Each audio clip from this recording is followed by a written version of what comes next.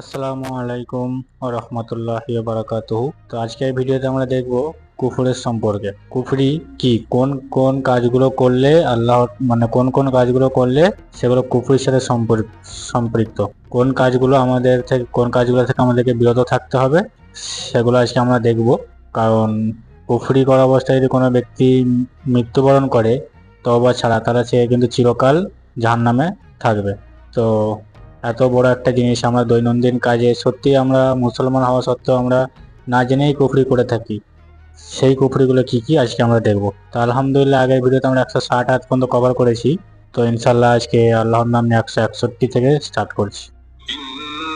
الذين كفروا وماتوا وهم كفار أولئك عليهم لعنة الله والملائكة والناس أجمعين। যারা কুফরির নীতি অবলম্বন করেছে এবং কুফরির অবস্থায় মৃত্যুবরণ করেছে, তাদের ওপর আল্লাহর ফেরেশতাদের ও সমগ্র মানবতার লানত। অর্থাৎ কুফরের আসল মানে হচ্ছে গোপন করা বা লুকানো। অর্থাৎ কুফরি আমরা বলে থাকি কুফরি, তো কুফরির আসল মানে হচ্ছে গোপন করা, মানে লুকিয়ে রাখা। এ থেকে অস্বীকারের অর্থ বের হয়েছে। ইমানের বিপরীত পক্ষে শব্দটি বলা হয়। ইমান অর্থ মেনে নেওয়া, কবুল করা, স্বীকার করা। এর বিপরীত কুফুরের অর্থ না মানা, প্রত্যাখ্যান করা, অস্বীকার করা। কোরআনের বর্ণনার প্রেক্ষিতে কুফরির মনোভাব ও আচরণ বিভিন্ন প্রকার হতে পারে। এক, কুফরি কিন্তু বিভিন্ন প্রকারের হতে পারে। তো সেটা আবার মনোভাব, মানে মানুষ মনের দিক দিয়ে চিন্তাগত বা আচরণগত দুদিক দিয়েই কুফরি হতে পারে। তো সেই কুফরিগুলো দেখব। এক হচ্ছে আল্লাহকে একেবারেই না মানা, মানে আল্লাহকে একেবারেই না মানা, সেটা একটা কুফরি। অথবা তার সার্বভৌম কর্তৃত্ব ক্ষমতা স্বীকার না করা এবং তাকে নিজের ও সমগ্র বিশ্বজাহানের মালিক, প্রভু, উপাস্য, মাবুদ হিসেবে মেনে নিতে অস্বীকার করা, অথবা তাকে একমাত্র মালিক ও মাবুদ বলে না মানা। তো এক নম্বর কি হলো, আল্লাহকে একেবারেই না মানা অথবা তার সার্বভৌম কর্তৃত্ব ক্ষমতা স্বীকার না করা। মানে আল্লাহ যে সবকিছুর মালিক, আর আল্লাহ হাতে যে সমস্ত ক্ষমতা আছে, আল্লাহ চাইলে সবকিছু করতে পারে, সবকিছু সৃষ্ট যে আল্লাহ, তাহলে এটা যদি কেউ না মানে তাহলে সেটাও কুফরি হবে। দুই, আল্লাহকে মেনে নেওয়া কিন্তু তার বিধান ও হেদায়েত সমূহকে জ্ঞান ও আইনের একমাত্র উৎস হিসেবে মেনে নিতে অস্বীকার করা।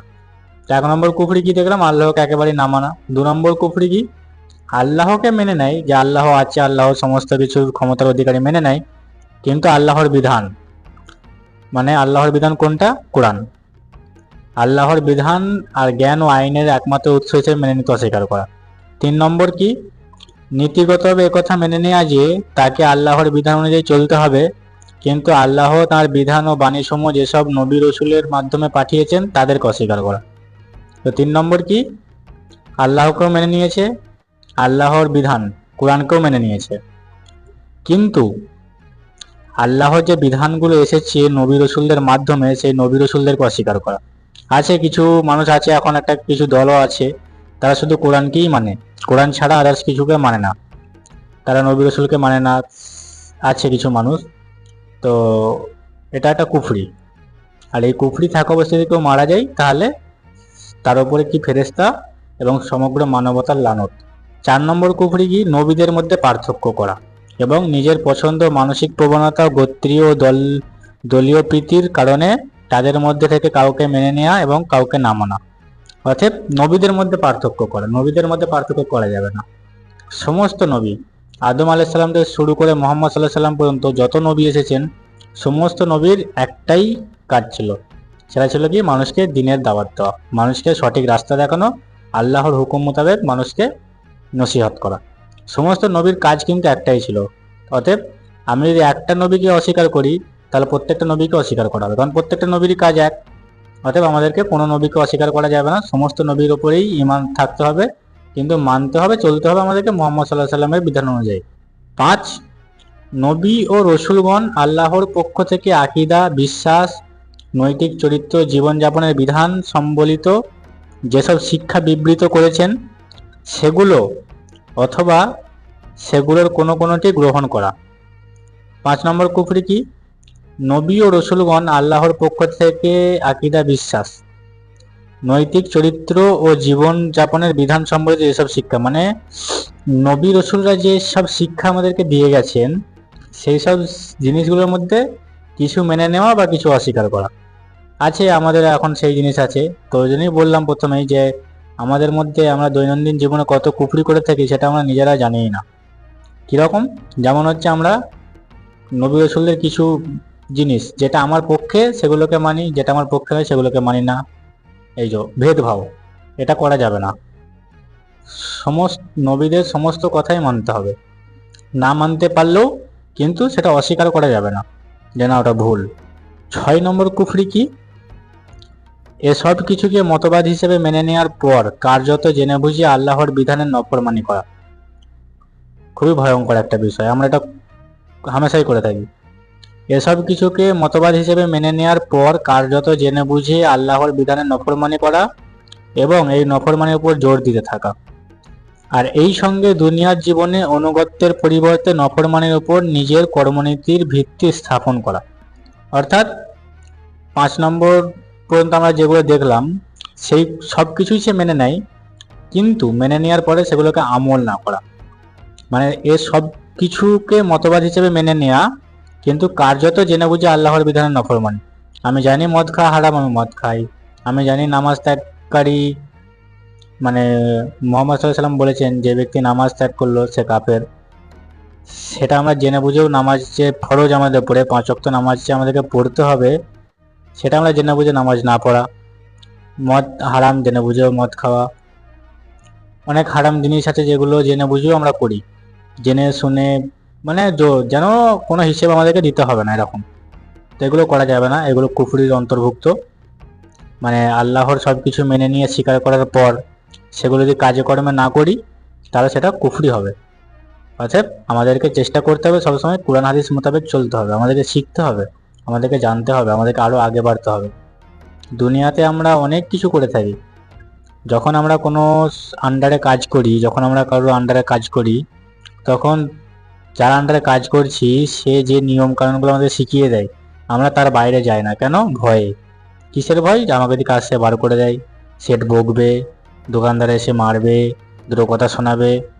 অথচ দোকানদার এসে দুটো কথা শোনালে আমার কিছু ক্ষতি হয়ে যাবে না, দোকানদার এসে আমাকে দুটো গাল দিয়ে দিলেও আমার কোনো ক্ষতি হবে না, দোকানদার এসে আমাকে যদি 2-1 ঘা মেরেও দেয় আমার কিছু ক্ষতি হবে না। কিন্তু তারপরেও আমরা ভয়ে সেগুলো ভুল করি না। অথচ আল্লাহ বলছে এখানে জান্নাত জাহান্নাম।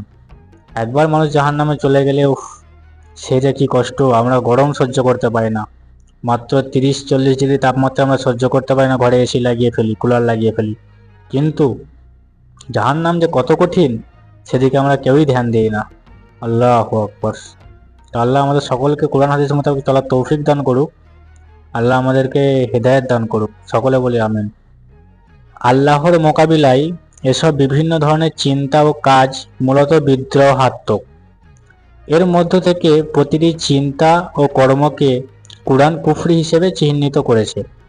এছাড়াও কুরআনের কোনো কোনো জায়গায় কুফর শব্দটি ব্যবহৃত হয়েছে আল্লাহর দান, অনুগ্রহ ও নিয়ামতের প্রতি কৃতজ্ঞ হওয়ার অর্থে। এখানে শকর ও কৃতজ্ঞতার বিপরীতে এ শব্দটি ব্যবহার করা হয়েছে। শকরের অর্থ হচ্ছে যিনি অনুগ্রহ করেছেন তার প্রতি অনুগৃহীত থাকা, তার অনুগ্রহকে যথাযথ মূল্য ও মর্যাদা দান করা এবং তার প্রদত্ত অনুগ্রহকে তার সন্তুষ্টির নির্দেশ অনুসারে ব্যবহার করা, এবং অনুগৃহীত ব্যক্তির মন অনুগ্রহকারীর প্রতি বিশ্বস্ততার আবেগে পরিপূর্ণ থাকা। এর বিপরীত পক্ষে কুফর ও অনুগ্রহের প্রতি অকৃতজ্ঞতা হচ্ছে অনুগ্রহকারীর অনুগ্রহ স্বীকার না করা এবং এই অনুগ্রহকে নিজের যোগ্যতা বা অন্য কারোর দান ও সুপারিশের ফলে মনে করা, অথবা অনুগ্রহকারীর অনুগ্রহ প্রদান করা সত্ত্বেও তার সাথে বিশ্বাসঘাতকতামূলক আচরণ করা। এই ধরনের কুফরিকে আমরা নিজেদের ভাষায় সাধারণত কৃতঘ্নতা, অকৃতজ্ঞতা, নিমক হারামি ও বিশ্বাসঘাতকতা ইত্যাদি শব্দের মাধ্যমে প্রকাশ করে থাকি। خالدين فيها لا يخفف عنهم العذاب ولا هم ينظرون। এই লানতবিদ্ধ অবস্থায় তারা চিরকাল অবস্থান করবে, তাদের শাস্তি হ্রাস পাবে না এবং তাদের অন্য কোনো অবকাশও দেওয়া হবে না। অর্থাৎ কুফরির নীতি যারা অবলম্বন করেছে তাদের মানে ফেরেশতাদের লানত, মানবতার লানত তাদের উপরে, আর এই লানত বিদ্ধ অবস্থায় তারা চিরকাল অবস্থান করবে আর তাদের শাস্তি হ্রাস পাবে না এবং তাদের অন্য কোনো অবকাশও দেওয়া হবে না। আল্লাহু আকবার, কতটা ভয়ঙ্কর একটা জিনিস! আমাদেরকে এইসব জিনিস থেকে বেঁচে থাকতে হবে, কুফরি থেকে। আল্লাহ আমাদেরকে কুফরি থেকে বাঁচার তৌফিক দান করুক, আল্লাহ আমাদেরকে সঠিক রাস্তা দেখাক। وإلهكم إله واحد لا إله إلا هو الرحمن الرحيم। তোমাদের আল্লাহ এক ও একক, সেই দয়াবান ও করুণাময় আল্লাহ ছাড়া আর কোনো ইলাহ নেই। তো আল্লাহ আমাদেরকে কুফরি থেকে বেঁচে থাকার তৌফিক দান করুক, সকলকে হেদায়েত দান করুক, আল্লাহ আমাদের সঠিক রাস্তা দেখাক। আল্লাহ সকলকে ভালো রাখুক, সুস্থ রাখুক, সকলকে হেদায়েত দান করুক।